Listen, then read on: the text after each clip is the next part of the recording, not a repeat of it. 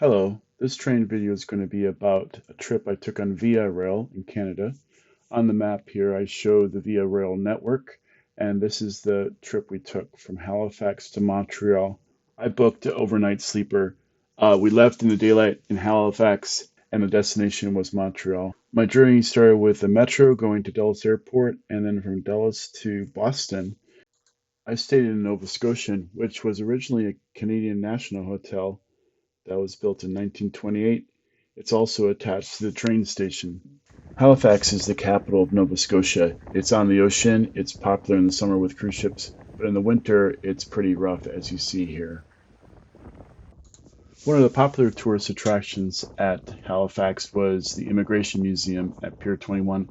In the museum, they had a nice display showing how the immigration halls worked, as well as a lot of artifacts from the various steamships that brought people over from Europe. So now we're getting on the train, and the train had about 11 cars. These Via Rail cars were pretty old, probably 20, 30 years old. And at the end, there was some silver cars from the Bud era. The train was pulled by two EMD F40 PH-2s.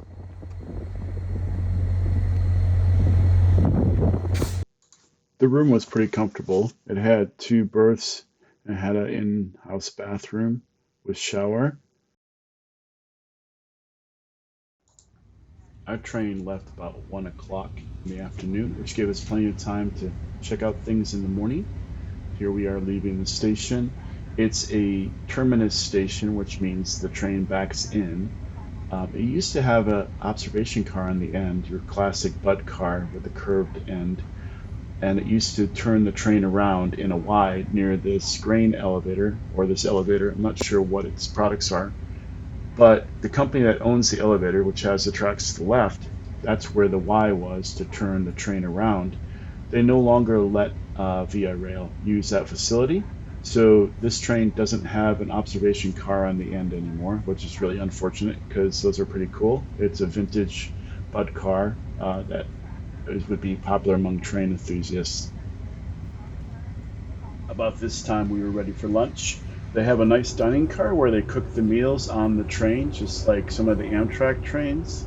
And here's the menu. And we had some good food. I had the beef brisket, which I thought was really wonderful.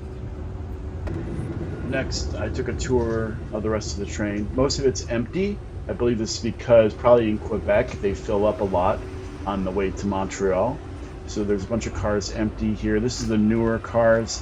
And then there's this transition car that connects the newer cars, which I believe have different kinds of couplers, to the older cars, which have the traditional American-style couplers. So this transition car, you're not allowed to linger in here, although it's kind of a nice open space. Apparently it's not safe. At least that's what the conductor told me. So then we're going to this side, which now it transitions into the older cars. You can see the seats are a little different in here. I imagine this is not first class. I imagine that car behind us was. These have different shocks. They don't have the air suspension like they do on the newer cars. So they're a little more rough riding. And then we go into another car here at the end of the train, which basically doesn't have anybody in it right now. And you can see how much they're older. These are the silver cars. And then complete it out with a bathroom video. It's a very large bathroom. So at this point, we're well under our way. We're going about 55 miles an hour at this point, following the waterways that are around Halifax. This particular big body of water is called the Bedford Basin. It terminates at the end at the town of Bedford. There's lots of water around, obviously, in Nova Scotia, and apparently in the summer there's beautiful beaches. There is some warm currents that come up from the south, so it can be very nice. Now we're basically in the dense part of Nova Scotia where there's lots of trees, and it's still snowy, it's still winter. But it's your typical North American type of scenery with lots of pine trees and birches. We're getting to the sunset here, which was pretty. And pretty much the travel looked like this during the daylight hours. Eventually, most of the train was in the night, so you didn't see much, but these parts were pretty and nice and relaxing.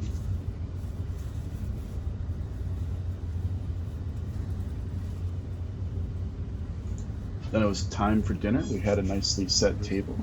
We started out with Moroccan carrot salad.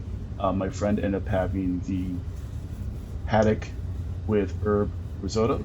I had the pork with mashed potatoes, which was wonderful. And we both had the cheesecake, raspberry cheesecake for dessert, which is wonderful as well. Plus, you got a glass of wine, so that was cool.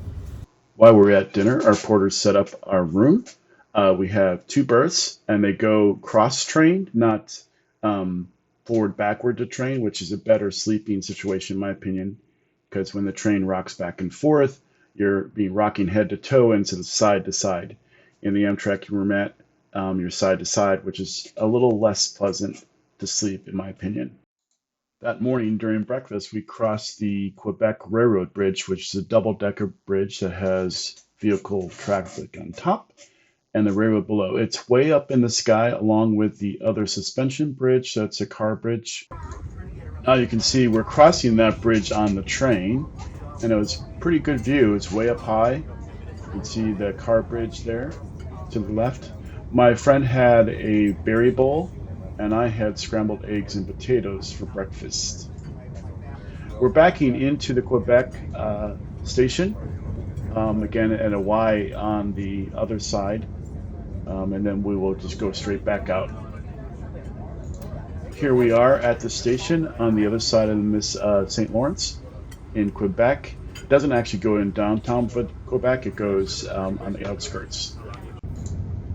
After an hour or so, we're crossing over to Montreal.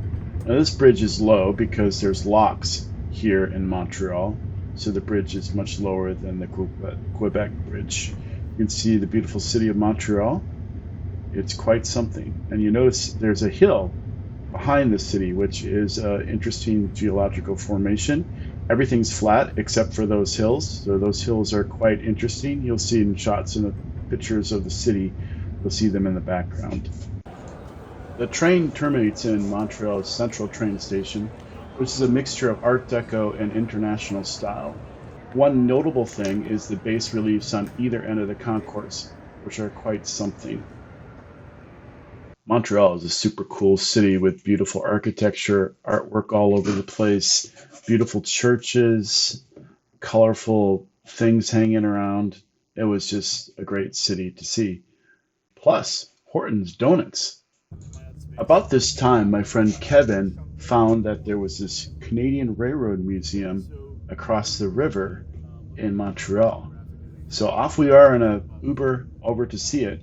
And luckily, the Uber actually took an alternate route over the train bridge, which went over the locks, and you could see this nice lift bridge at the locks, which was super cool. So here we are at the train museum. They have a terminal that does trains in the summer, got a nice turntable. Most of it's closed outside, but they do have one operating train for the kids. And being a kid myself, of course, I had to ride this. So here's me right here. Thumbs up. The big thing to see at this train museum is the train hall. I mean, it's beautifully done, has lots of stuff to see. Definitely, this is pretty great stuff. I think you would enjoy this part of the museum the best. The museum was very interactive. You could walk through the cars like this, and you could press a button and the engine would start. It was quite something. Very well done.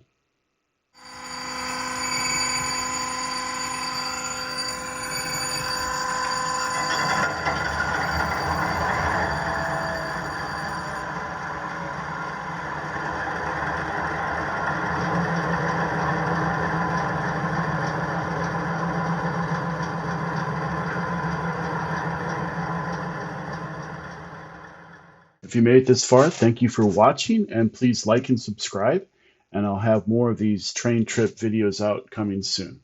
Thank you.